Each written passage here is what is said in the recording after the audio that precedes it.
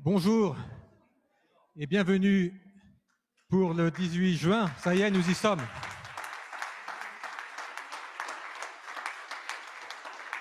On y est. Voilà des semaines, des mois qu'on en parle, qu'on prépare, qu'on se demande si on pourra faire cela avec vous ici physiquement ou ce sera tout à distance, des semaines qu'on scrute même la météo pour savoir comment tout cela sera possible. Et oui, ça y est, on y est. Vous êtes là physiquement avec nous. Beaucoup aussi nous suivent en ligne et je les salue. Bienvenue à Bellevilloise pour la première conférence Jacques Delors.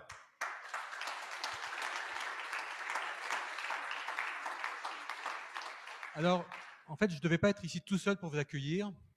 Je devais vous accueillir ce matin avec la directrice de l'Académie, Sofia Fernandez. Elle a été victime, comme je crois vous le savez, d'un accident récent qui la retient chez elle. Mais je sais qu'elle nous regarde ce matin avec son fils qui est aussi en train de se rétablir. Alors, je voudrais vraiment qu'on ait une pensée très chaleureuse pour elle ce matin et lui souhaiter tous nos vœux de bon rétablissement à elle et à Thomas.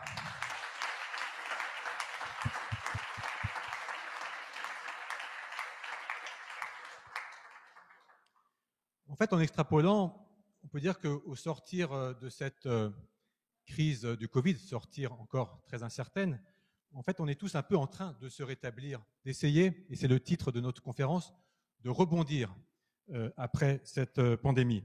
On voit que l'économie repart, un emprunt formidable européen est en train d'être levé, mais nous, à l'Institut Jacques Delors, on sait que Next Generation EU, c'est pas seulement le nom d'un emprunt, c'est avant tout vous, la nouvelle génération européenne, et c'est à vous que cette conférence s'adresse. Comment ça va se dérouler? Nous allons en parler ce matin avec les invités que Caroline de Camaret vous présentera tout à l'heure, pour voir comment, effectivement, après cette lourde période qui a été, je sais, pour beaucoup d'entre vous, douloureuse socialement, même mentalement, beaucoup de solitude, beaucoup d'angoisse, même de tristesse. Et aujourd'hui, ça repart, mais ça peut repartir autrement. Et on est là pour voir comment l'Europe participe à ce redémarrage. Ce matin, nous allons discuter de voir comment l'Europe peut nous aider à rebondir. Et cet après-midi, dans les différents ateliers, vous verrez comment concrètement, à travers différents stands aussi, l'Europe peut vraiment vous fournir des outils aussi pour repartir et vous donner aussi plein de conseils utiles dans cette période compliquée. Nous aurons à cette occasion l'honneur d'accueillir le secrétaire d'État aux Affaires européennes, Clément Beaune, qui nous rejoindra. Et enfin, rebondir avec l'Europe, c'est aussi faire rebondir l'Europe, peut-être la penser autrement, et une représentation théâtrale nous aidera à l'aborder dans un style complètement nouveau. Et donc, je vous invite vraiment à aussi rester avec nous jusqu'à ce soir pour cette pièce unique, l'Europe banquet des peuples. Tout ce riche programme n'aurait pas été possible sans le concours plus qu'aimable de nos partenaires. Et je voudrais remercier ici très sincèrement la Commission européenne, le ministère de l'Europe et des Affaires étrangères, la Massif, la Fondation Gulbenkian pour leur soutien renouvelé et très fidèle qui nous encourage beaucoup, surtout en cette année des 25 ans de l'Institut Jacques Delors.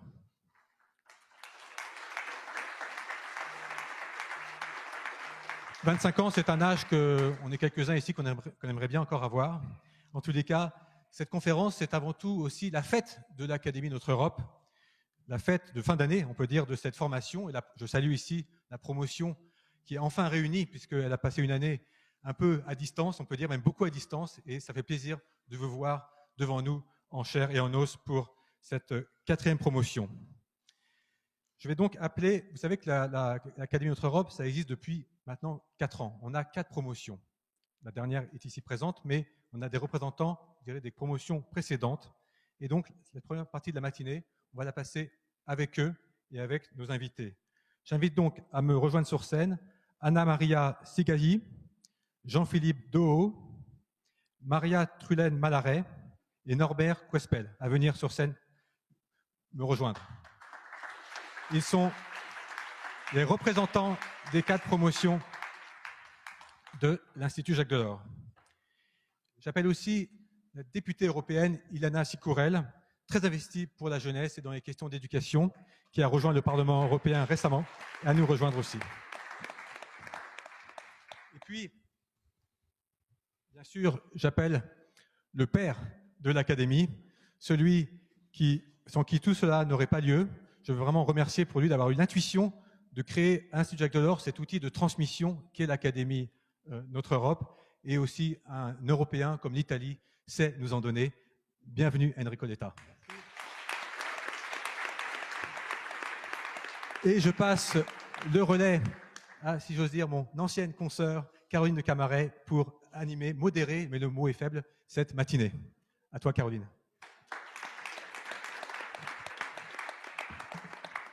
Bonjour à tous. Bonjour.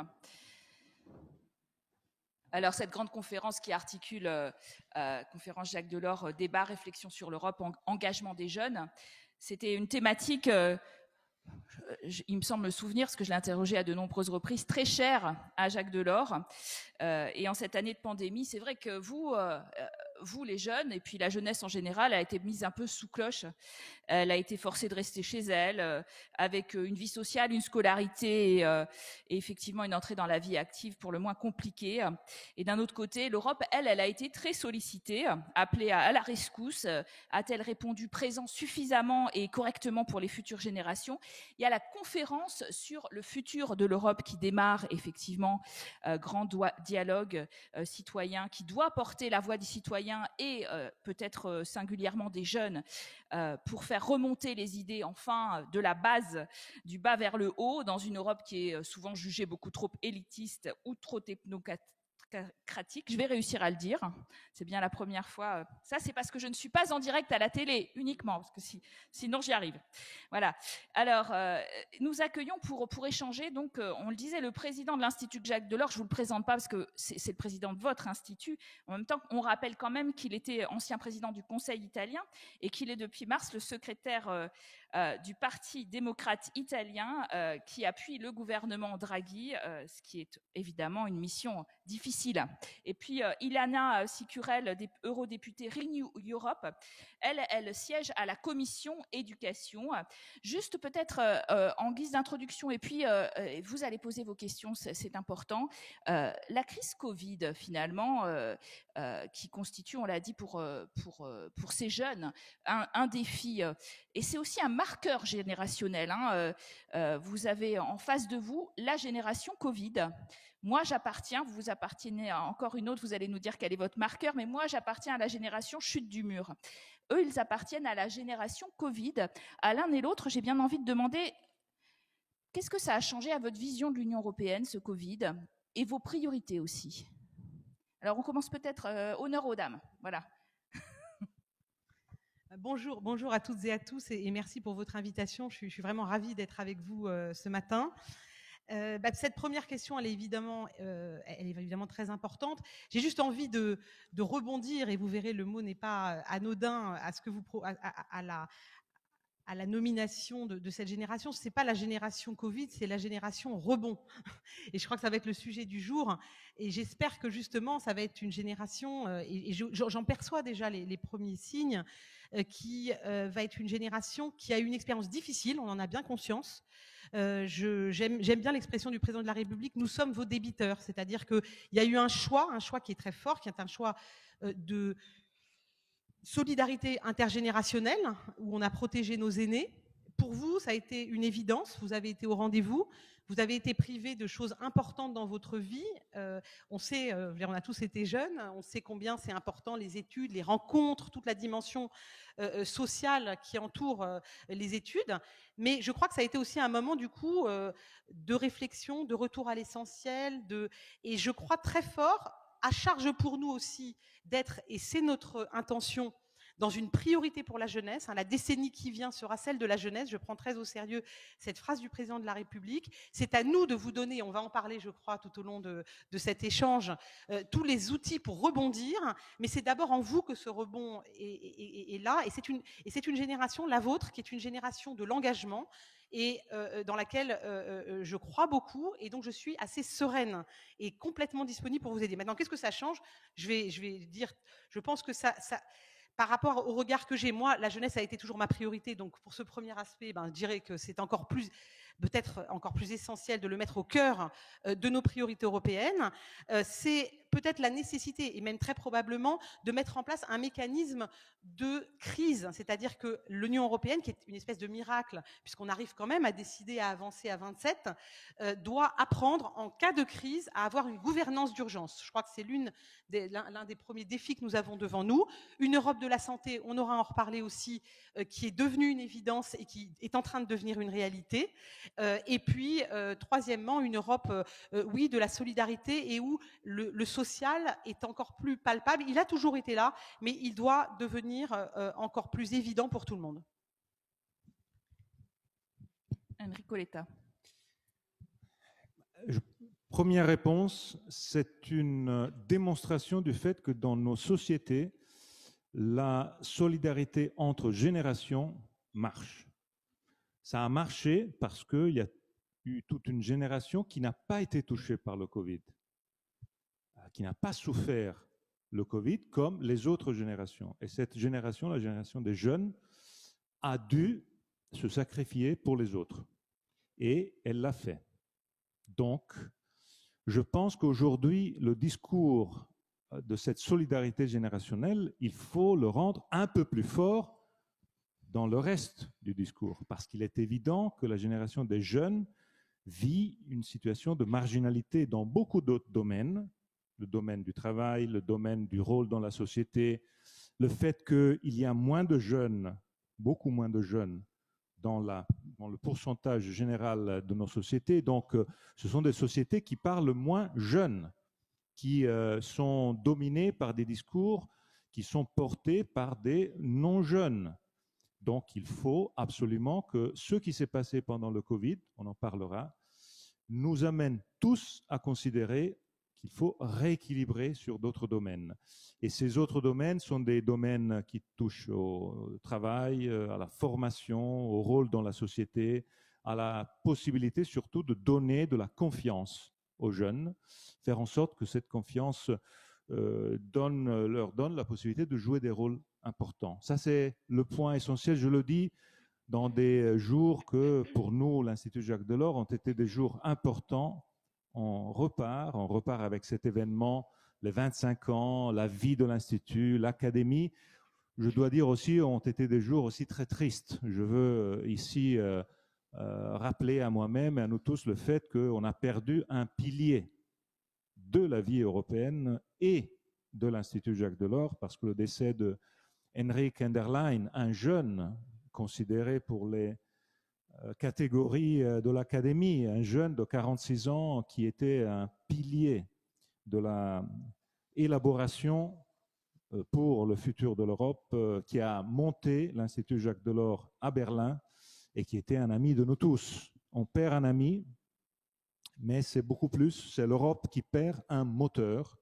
Et c'est pour ça que nous sommes ici aussi tous avec l'engagement à faire en sorte qu'on va continuer sa mission, son job, sa mission pour les jeunes, parce qu'il avait monté à Berlin la RT School et l'Institut, le centre Jacques Delors à l'intérieur de la RT School. Donc les jeunes, les études, la capacité d'approfondir, d'élaborer de nouvelles idées, de rendre le tout beaucoup plus important et beaucoup plus positif. Donc, je sens l'importance de commencer cette matinée aujourd'hui dans le nom de Henrik, avec l'idée que nous sommes ici vraiment tous ensemble, des générations qui se tiennent main dans la main et aussi des gens qui considèrent que ce qu'on fait est important pour notre futur.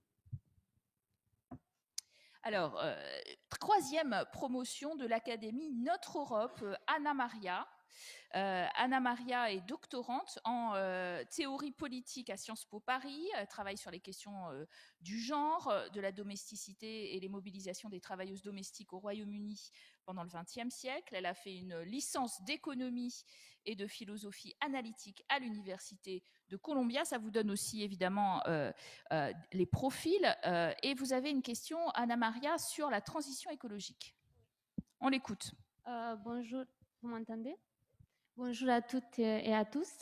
On parle assez souvent, pas lorsqu'on regarde les jeunes de l'académie, mais on parle assez souvent en France, comme en Italie aussi, et dans d'autres pays, de la dépolitisation des jeunes.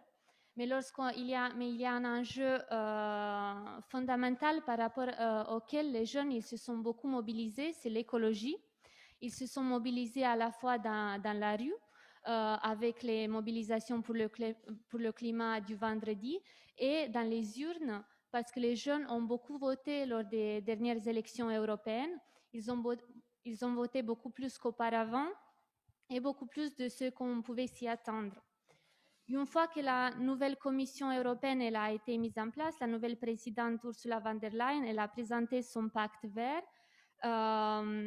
Du coup, ma première question, est-ce que vous pourriez nous parler plus de ce pacte vert? Et un des principaux objectifs de ce pacte, c'est d'atteindre la neutralité climatique avant 2050. Quels sont les principaux défis pour arriver à atteindre cet objectif? Et d'une manière plus globale, plus générale, est-ce que vous pensez que la stratégie européenne climatique répond aux attentes des jeunes? Allez-y.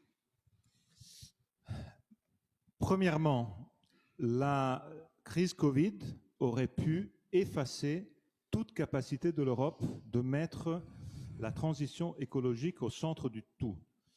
Je le dis parce que, et j'emploie un slogan facile, ce qui s'était passé pendant la période des Gilets jaunes en France, cette confrontation entre « moi je n'arrive pas à la fin du mois », vous ne pouvez pas me demander de m'occuper d'éviter la fin du monde, donc une situation de confrontation entre un sujet social immédiat et le but final, donc la préservation de notre environnement.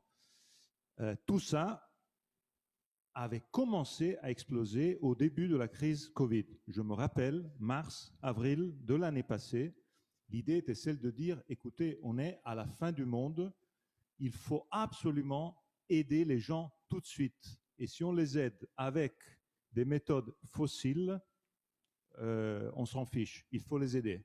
Ça, c'était le point essentiel de mars-avril. Et on se rappelle tous que 4 mois avant, Ursula von der Leyen, comme vous venez de dire, avait lancé ce grand Green New Deal. Donc, on a eu là un basculement potentiel, la fin de ce Green New Deal en faveur d'une relance méthode traditionnelle, parce qu'il y avait une urgence. Je pense que là, c'est probablement le plus grand moment de l'histoire européenne récente, c'est-à-dire on a décidé que les deux choses devaient être complètement mises ensemble. C'est-à-dire il fallait pousser sur la reprise, mais il fallait que cette relance soit une relance verte. Et une relance, j'ajoute, avec ce nouveau terme qui désormais est devenu le cœur de tout, soutenabilité dans les deux sens, et les deux ensemble, soutenabilité sociale et soutenabilité environnementale.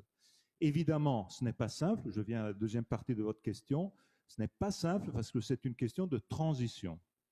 Moi, je me rappelle, puisqu'il est là, et je le salue, Pascal Lamy, quand il était commissaire européen, il avait lancé un fonds pour rééquilibrer les dégâts de la mondialisation dans nos sociétés, dans nos marchés du travail, au niveau européen. On aurait dû suivre beaucoup plus cette piste parce que c'était la piste essentielle. Ce qui s'est passé après et ce qui se passe aujourd'hui, je viens à votre point qui est le point essentiel aujourd'hui, c'est celui de dire on a devant nous une roadmap, une feuille de route. Cette feuille de route est très demanding, elle est très compliquée à être mise en place parce qu'on voit les aspects positifs, mais on voit aussi les usines qui doivent fermer, qui doivent se reconvertir. Ça va faire perdre des emplois dans des secteurs qui étaient considérés sûrs, tranquilles, sans problème. Ces gens-là ne sont pas formés pour avoir un job dans un autre domaine.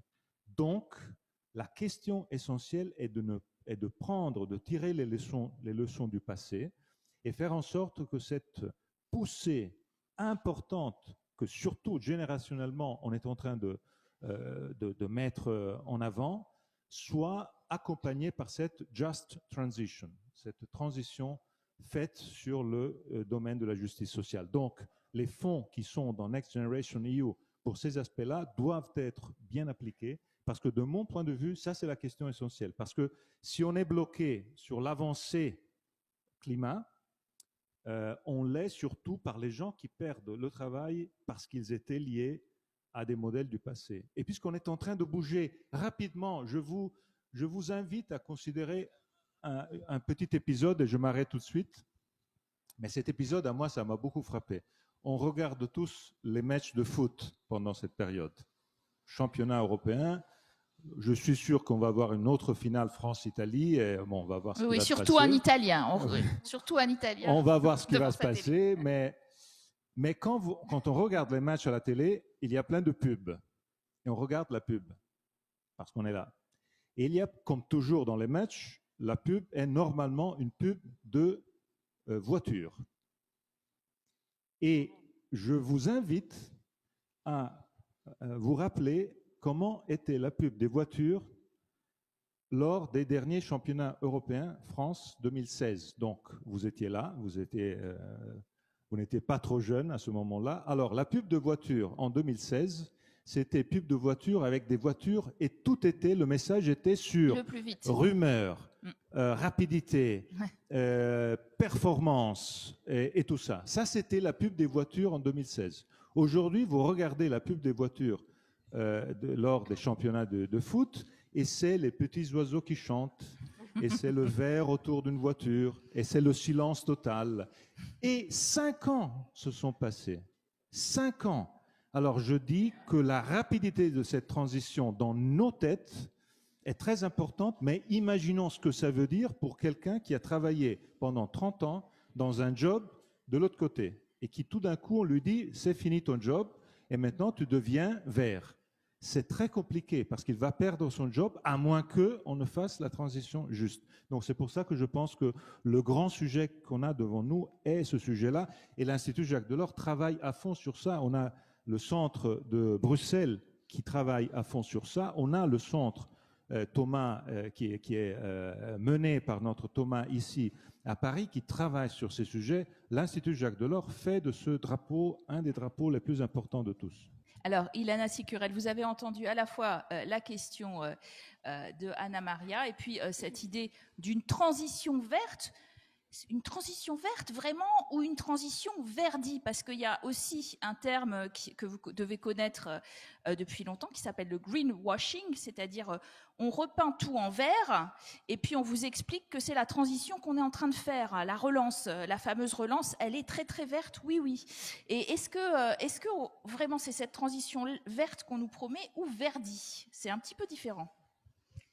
Écoutez, d'abord, j'en profite pour saluer les jeunes personnes engagées qui vont nous poser les questions et puis vous saluer tous pour votre engagement sur l'Europe parce que les promotions qui sont réunies ici et puis tous ceux qui nous regardent et si j'ai bien compris qui se demandent s'ils s'engagent dans le cycle d'études proposé par l'Institut Jacques Delors et je les engage à le faire et je vous remercie pour votre engagement parce que c'est difficile de comprendre l'Europe et c'est très important d'avoir des ambassadeurs et aussi des vigies comme vous. Et donc j'en viens à votre question. Bien sûr, votre génération a un rôle absolument essentiel dans la prise de conscience des enjeux environnementaux et je crois qu'on est vraiment, et je vais en donner quelques exemples, dans quelque chose de très fondamental qui n'est pas de l'ordre du greenwashing. J'y viens tout de suite. Je crois qu'on a vraiment complètement changé de configuration au Parlement européen. Et je vais vous faire une réponse qui est à la fois politique et un peu institutionnelle, mais c'est intéressant de voir comment se fabrique la loi parce qu'au final, c'est ça qui se traduit ensuite dans des réalités pour les citoyens européens. Donc d'abord, prendre acte que le pacte vert, effectivement, c'est une pierre angulaire de la mandature de von der Leyen. Nous, on en est assez fiers parce que c'est vrai qu'elle a repris 90% des propositions de Renaissance, la délégation à laquelle j'appartiens. Ce que je constate aussi, mais qui est un fait, c'est que la commission environnement, qui autrefois était une commission utile, mais pas forcément centrale, est devenue totalement centrale. C'est-à-dire que c'est probablement l'une des commissions les plus puissantes. Elle est présidée par mon collègue Pascal Canfin, qui est très sensible et très pertinent sur les questions écologiques, ancien DG de WWF. Et donc, ça, c'est aussi des changements institutionnels qui montrent que l'environnement, comme ça a été très bien dit, est au cœur des préoccupations. Et ce qui est très intéressant, c'est que c'est pas en plus, c'est-à-dire que c'est une évidence. Ça n'est plus un enjeu ou une question qu'on pose en plus de temps en temps. C'est une question qui vient et que tout le monde partage. Et quand on dit qu'il y a 37% du plan de relance qui doit être consacré à des investissements qui concernent directement l'environnement, je trouve que c'est à la fois formidable, c'est quand même déjà très bien, mais c'est trompeur au sens où, en fait, il y a ce filtre environnemental qui, dorénavant, est universel. C'est-à-dire que tout ce qui est investi par l'Europe, dorénavant, passe par le filtre environnemental. Et même ce qui n'est pas concerné par le 37%, c'est pas directement ça, mais l'enjeu environnemental, il est quand même là, il est toujours considéré. Et ça, je trouve que c'est un progrès qui est considérable. Ensuite, il y a des budgets dont on parle moins. Le budget total de l'Union, 150 milliards d'euros. Il y a 20% du budget qui est consacré à la défense de l'environnement et à la lutte contre le changement climatique. Et ça va devenir 25% bientôt. Donc ça, c'est des faits. Alors maintenant, venons-en parce que vous avez aussi posé une question politique, de dire que les jeunes se sont parfois dit, pour défendre l'environnement, il faut que je vote vert. Je pense que les verts sont toujours des vigies, très probablement, et qu'ils ont eu historiquement, le mouvement politique vert a été important. Mais j'en parle un peu au passé parce que je crois que la victoire de l'enjeu environnemental comme un enjeu incontournable pour l'ensemble des partis et l'ensemble des représentants politiques fait que, pour moi, il y a quelque part une page qui a été tournée pour l'écologie politique qui met les enjeux au centre et ce qui parfois est à côté de la démarche que je viens de décrire, qui est que l'environnement, bien forcément, il est partout, mais du coup, il faut aborder avec pragmatisme l'ensemble des défis qui sont posés à la société. Alors, je voudrais vous décrire en fait notre manière de travailler, dire que quand on constate que par exemple 92%... On pourrait dire inversement peut-être aussi que l'enjeu écologique s'est imposé à tous les autres partis, indépendamment du fait que les Verts ont été ou non débordés par l'obligation pour tous les autres partis de traiter cet enjeu. Ouais. Et je crois qu'il faut rendre hommage à votre génération. Je crois que vraiment vous avez placé ce défi comme un défi incontournable. Je ne le dis pas par démagogie, c'est une réalité. Et j'ai conscience que vous continuerez à être exigeant. D'ailleurs, votre question le montre et vous avez raison. Donc, et je crois que c'est un enjeu qui a été porté par votre génération. 92% de nos propositions Renew, elles sont votées en commission, enfin, nos propositions sont votées à 92% en commission, plus en plénière. Si on prend un exemple, ce qui fait que notre délégation Renaissance est considérée comme la plus influente après la CDU allemande. Et on est très engagé sur l'environnement. Donc ça avance et je vous donne juste un exemple parce que je trouve ça intéressant, cette ingénierie législative quelque part. La semaine dernière, on a eu le plaisir de pouvoir voter le rapport sur la stratégie biodiversité et on l'a voté avec les Verts, avec les SND, avec la gauche et 2/3 du PPE. Donc on avait une quasi-unanimité. Vous voyez les absents, je vous laisse les deviner. Alors il faut voilà. Qu'on avance sur les questions. On avance. Et ce qu'on va faire aussi, c'est que on va choisir qui répond. Vous allez nous dire qui répond. On va faire l'un après l'autre, parce qu'on va se prendre du retard sinon. Effectivement, membre de la 4e et actuelle promotion de l'Académie Notre Europe, Jean-Philippe Dohaut, juriste et chef de projet en innovation juridique chez Ubisoft. Mis à part les questions du futur du droit et de l'action politique, vous vous passionnez d'ailleurs pour la musique, l'art, le sport et les nouvelles du monde. Mais cette fois-ci, vous voulez nous parler un peu de diversité dans l'Union européenne. Oui, tout à fait. Alors, c'est un peu difficile de choisir qui va répondre, donc peut-être que je vous laisse ce soin-là. D'ailleurs, merci à tous d'être venus et je suis vraiment ravi de croiser la promotion 4, ceux de ma promotion et les autres promotions. C'est une année. Bon, vive la promotion 4, il est en train de dire. Allez, on applaudit bien fort. Ça a été une année difficile pour tout le monde, mais on y est arrivé. Et effectivement, on fait partie de cette génération Covid qui a su rebondir et qui a su faire une pause et se re-questionner et demander du changement. C'est pour ça qu'on est là. Alors ma question, c'est sur la diversité. Effectivement, l'Union européenne interdit toute discrimination fondée sur le sexe, la race, l'origine ethnique, la religion, les convictions, un handicap, l'âge ou l'orientation sexuelle. Avec la pandémie et la crise, on voit que ces inégalités sont en train de se creuser et que beaucoup de groupes essayent de montrer à quel point c'est difficile souvent d'obtenir un logement, d'obtenir un travail. L'Union européenne propose pas mal d'initiatives en faveur de l'égalité homme-femme et en matière d'égalité raciale. La principale directive date d'il y a plus de 20 ans et on voit qu'au sein même des instances de décision, il y a une véritable manque de représentation. Je me suis permis de faire un exercice en observant les équipes des commissaires sur le site de la Commission européenne. J'ai vraiment fait cet exercice-là et je vous invite tous à le faire d'ailleurs. Et j'ai remarqué le peu, voire l'absence totale de diversité des équipes. Ma question à vous deux, c'est que pensez-vous des mesures visant à favoriser la diversité raciale, sociale et de genre dans les postes de décision? Et plus généralement, comment l'Union européenne peut-elle agir de façon plus ambitieuse pour lutter contre toutes ces inégalités et s'attaquer à leurs causes structurelles? Alors, qui veut répondre à celle-là? Peut-être Ilana, et puis la prochaine pour vous, Enrico Letta. Oui, alors donc, d'abord, merci pour cette question. C'est vrai qu'on est très actif sur l'égalité femmes-hommes et j'ai le plaisir de vous annoncer que la semaine prochaine, on va voter les 40% dans les conseils d'administration de présence féminine. Du coup, ça pose la question, est-ce qu'on devrait avoir la même démarche pour les discriminations qui sont l'ordre de la discrimination ethnique ou raciale? Alors, je vais répondre à votre question. Il y a un plan d'action de l'Union européenne justement pour favoriser la diversité et l'inclusion qui est en train de se mettre en place. Alors j'ai envie de vous dire, s'il est en place, c'est qu'il y a un problème. Donc ça veut dire que, ben oui, parce que quand ça se passe bien, on n'a pas besoin de plan.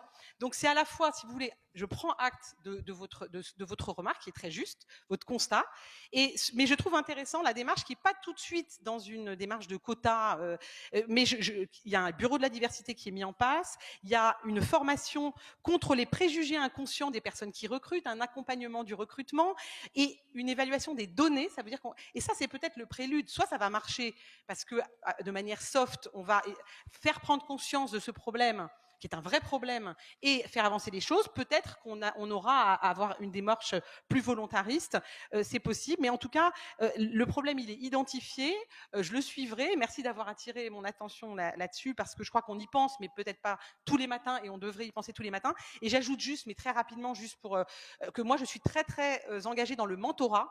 Je pense que tout ce qui est lié à la diversité, il y a ce qui est en aval au moment de l'embauche, mais il y a il y a les autocensures, il y a ouvrir les horizons pour tous les publics, et je crois beaucoup au mentorat, qui est un plan qui vient d'être annoncé en mars par le président de la République au niveau français, et moi au niveau européen, j'essaye d'inscrire dans l'espace européen de l'éducation, dont je suis rapporteur pour Renew, l'idée notamment du mentorat comme une évidence européenne. Donc je pense que c'est très très important aussi d'agir depuis le plus jeune âge et à travers ce genre de dispositif. Donc je crois qu'on doit tous s'y mettre, mais oui, la Commission doit prendre aussi ses responsabilités. Alors, une question sur l'Europe sociale pour Enrico Letta de Maria, qui est née à Barcelone, Maria Trullen, diplômée de Sciences Po Paris et de la London School of Economics en politique urbaine, qui a travaillé à l'OCDE sur l'accueil et l'intégration des migrants et des réfugiés dans les villes européennes et travaille depuis presque 3 ans en tant que consultante pour le secteur public dans un cabinet de conseil européen. Deuxième promotion donc de l'Académie. Maria, on écoute votre question. Merci beaucoup et ravie d'être avec vous aujourd'hui. Pensée chaleureuse pour Sophia, je pense qu'on aimerait tous qu'elle soit avec nous aujourd'hui. Moi, ma question donc pour Monsieur Letta, elle est donc sur un sujet que vous avez évoqué tout à l'heure, la question de la justice sociale. On a vu que la crise sanitaire et après socio-économique du Covid a fragilisé une partie de la population, notamment les femmes, les jeunes, les pauvres, en exacerbant des inégalités qui étaient déjà à la hausse depuis la précédente crise économique. Et d'autre part, on voit qu'il y a des transformations, qu'elle a accéléré des transformations en cours, notamment la transformation numérique et écologique. Donc, on peut se réjouir de ces transformations-là supposent des opportunités pour l'Union européenne, mais elles ont également des conséquences sociales, notamment sur ces populations-là. Et dans ce contexte-là, bien entendu, on peut se réjouir des des accords et des objectifs fixés lors du sommet social de Porto au mois de mai par les chefs d'État et de gouvernement, les institutions européennes, la société civile et les partenaires sociaux. Mais dans le cadre, comment faire, notamment dans le cadre de la présidence française du Conseil de l'UE l'année prochaine, comment transformer ces objectifs-là, ces initiatives-là en résultats et en changements réels? Premièrement, puisqu'on a cité Barcelone, donnez-moi la possibilité de vous annoncer une petite, grande, belle nouvelle, c'est-à-dire, vous savez que l'Académie Notre Europe travaille en parallèle avec la Scuola di Politiche à Rome, donc on a travaillé à deux pendant les derniers 4 ans. Eh bien, je suis en train d'aller cet après-midi à Barcelone parce qu'on va probablement monter une 3e école, académie, qui va être donc la 3e sœur des 3, qui va s'appeler Academia de Leadership Europea et qui va avoir son siège à Barcelone. On est en train d'y travailler. Notre amie, la ministre des Affaires étrangères d'Espagne, Arantxa González, va nous aider dans cette mission. Je voulais simplement vous dire ça parce que c'est une belle nouvelle. Nouvelle. On est en train de rendre tout ça encore plus fort. Une réponse sur le social. Le social a été la grande avancée historique de l'année 2020-2021 parce que le social avait été le grand blocage des derniers 30 ans d'histoire européenne. Nous portons le nom de Jacques Delors et j'en profite pour saluer notre président fondateur. Il a toujours œuvré, travaillé pour obtenir des résultats et pour forcer l'obstination et le blocage qui venaient surtout de Londres sur beaucoup de sujets. On a fêté il y a 3 jours, la naissance de l'Erasmus. C'est une des choses les plus intéressantes que j'ai jamais fait, c'est de parler avec Jacques Delors de la naissance de l'Erasmus. Madame Thatcher était contre. Elle bloquait tout ça et c'était un Boris moment Johnson dans lequel... l'est toujours parce qu'il s'est retiré. Oui. C'est triste. Il était possible de mettre le veto. Et donc, Jacques Delors avait œuvré pour réussir à échanger le veto sur ce sujet avec un autre dossier. Et il avait réussi. Et donc, Madame Thatcher n'avait pas très bien compris l'importance en perspective de l'Erasmus en termes de mobilité des jeunes. Donc, à la fin, elle avait cédé. Mais sur le social, elle n'a jamais cédé. C'est-à-dire que le social n'a jamais été le centre, le cœur des politiques européennes parce qu'elle a toujours voulu que ça reste national. On a vu pendant la crise que ça ne peut pas rester national. Il y a trop de sujets sur lesquels le fait que les travailleurs font le tour d'Europe, travaillent dans différents pays, et le fait qu'on a des différences de salaires énormes qui font en sorte que le dumping social est devenu un des grands sujets. La directive des travailleurs détachés était un des grands sujets il y a 3-4 ans, mais il y a plein de ces sujets comme ça. Donc, si l'Europe veut être vraiment reconnue par les citoyens, l'Europe doit faire en sorte que le plan que vous venez de citer très correctement, qui a été adopté à Porto, qui a été mené par un grand ami de l'Institut, le commissaire européen Nicolas Schmit, et qui a été adopté par le Conseil européen, devienne réalité. C'est un plan qui parle de beaucoup de très, très importantes avancées contre le chômage, avancées pour aider la réqualification des chômeurs et des travailleurs, faire en sorte que sur la question salariale, il puisse y avoir un travail commun des différents pays européens. Et naturellement, le social, ce n'est pas seulement ça. Le social, c'est la santé aussi. Et je termine sur ce point.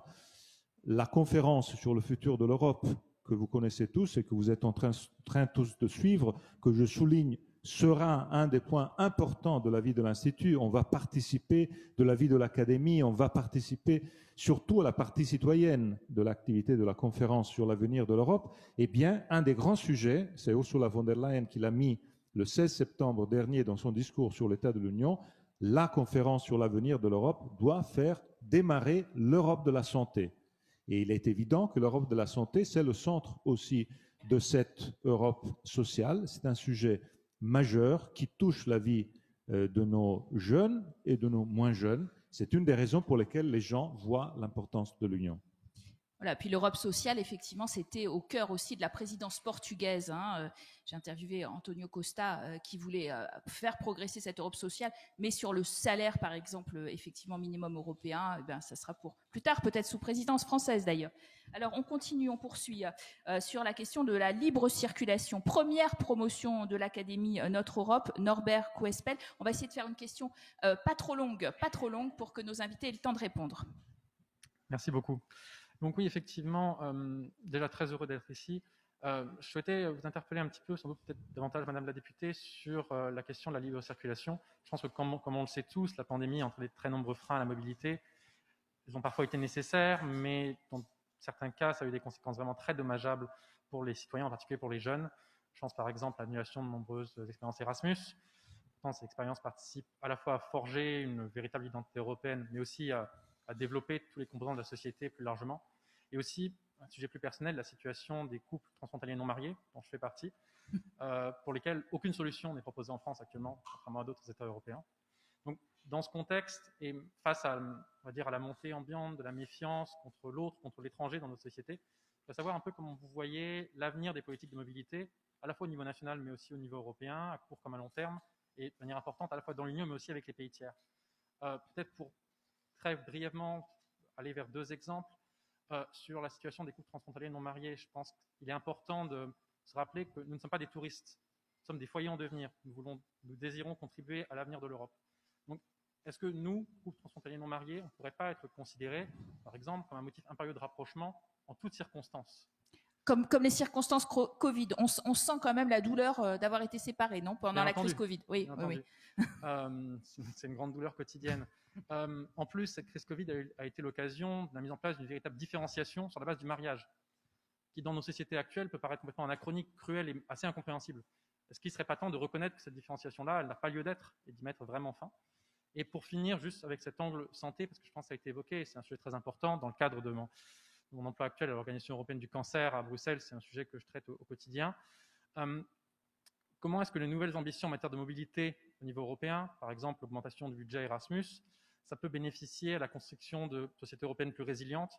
Je pense par exemple au fait de pleinement profiter du potentiel de la mobilité des jeunes professionnels de santé pour à la fois résoudre les inégalités dans l'accès et la qualité des soins, mais aussi les pénuries en matière de professionnels de santé à travers l'Europe. Merci. Alors, ça fait beaucoup de questions, mais déjà, vous entendez le jeune homme frustré de ne pas pouvoir voyager jusqu'à sa tendre moitié, qui n'est pas sa femme, et dès qu'il n'y a pas de mariage, il n'y a pas de libre circulation. C'est quand même terrible, en effet. Vous savez, cette très belle phrase de Jean Monnet, l'Europe se fera dans les crises et sera la somme des solutions trouvées à ces crises. Vous citez un exemple, c'est-à-dire que la pandémie nous a surpris à plus d'un égard, et je pense qu'il y a certains réflexes que nous avons eus qui n'étaient pas anti-européens. Je crois qu'il y a eu quand même beaucoup de discours sur c'est la fin de l'Europe. Non, on sait bien que l'Union européenne a la maîtrise des frontières extérieures à l'Europe, mais pas des frontières intérieures. La manière dont on a réagi, qui évidemment n'était pas satisfaisante, car pas anticipée, pas coordonnée, mais s'est imposée au moment où ça a eu lieu, évidemment fait partie des choses que nous devons absolument réfléchir, anticiper, parce qu'il y aura probablement d'autres épreuves. L'histoire ne se répète pas, mais il n'empêche que cette épreuve-là, collective, elle nous a fait identifier notamment le problème des couples transfrontaliers. Alors moi, ce que j'ai envie de vous inviter à faire, c'est saisissez-vous de cet extraordinaire instrument dont on a parlé à l'instant, c'est la conférence sur l'avenir de l'Europe. J'en profite d'ailleurs pour dire au nom de Clément Beaune, qui probablement vous en reparlera tout à l'heure, qu'il a lancé une consultation des 15-30 ans, Parole aux jeunes, lancée par le ministère européen. Donc c'est un très beau projet. Je ne sais pas pour me défausser, mais au moins ça mettra la barre haute pour trouver effectivement des solutions, que le mariage ne soit pas la référence exclusive. Et ensuite, qu'est-ce qu'on fait? Parce qu'on voit bien qu'il faut quand même quelque chose pour prouver que c'est vraiment un couple. Sinon, on s'imagine bien qu'on peut tous aussi... on voit très bien la limite juridique. Dès qu'on parle de droit, il faut parler aussi d'un dispositif. Mais moi, donc je vous engage peut-être à ouvrir le chantier et puis à nous ensuite d'être à la hauteur de vos conclusions et de vos recommandations. Et puis, juste pour un mot sur la santé, je crois que vraiment c'est un des enjeux. Je voudrais vous partager avec vous un échange que j'ai eu pas plus tard qu'hier avec un artisan. Ça m'a fait très plaisir parce qu'il avait l'air assez désespéré sur pas mal de choses, mais il m'a parlé de l'Europe de la santé en me disant ça c'est formidable, ça c'est un des grands acquis. Et il est exact que l'Europe de la santé, maintenant, ça y est lancée. Ce que vous dites est intéressant, c'est-à-dire cette idée d'avoir une coordination des personnels soignants. Je pense qu'il faut vraiment...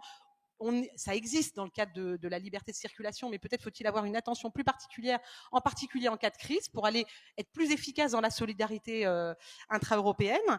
Et ensuite, c'est une réalité par rapport à la souveraineté dans la production du médicament. On s'est rendu compte qu'on n'était même pas capable de faire du paracétamol en début de crise.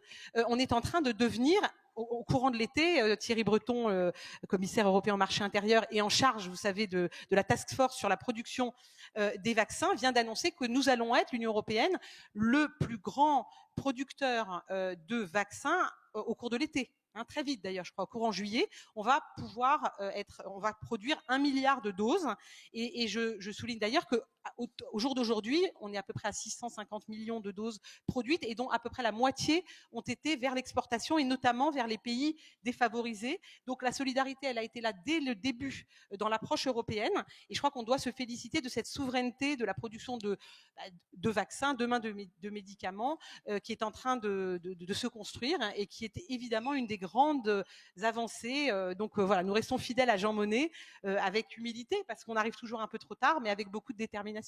Alors, restons fidèles à Jean Monnet aussi dans le concept même de libre circulation qui a été un peu mis à mal, en effet. C'est un acquis, normalement, de la construction, mais rien n'est jamais acquis. On termine sur cette idée, est-ce que la libre circulation va survivre à une pandémie ?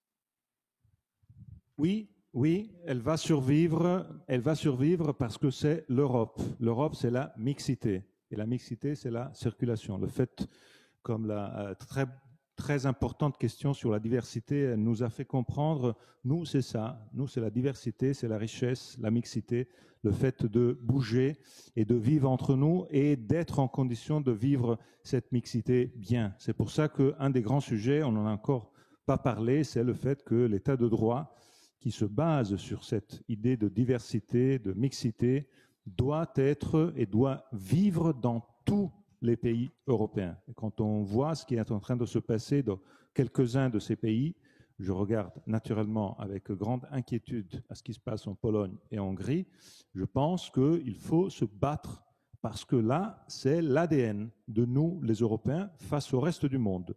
Et on ne peut pas absolument accepter que cet ADN soit mis en discussion au cœur même de l'Union. Merci. Merci à vous, merci à nos invités.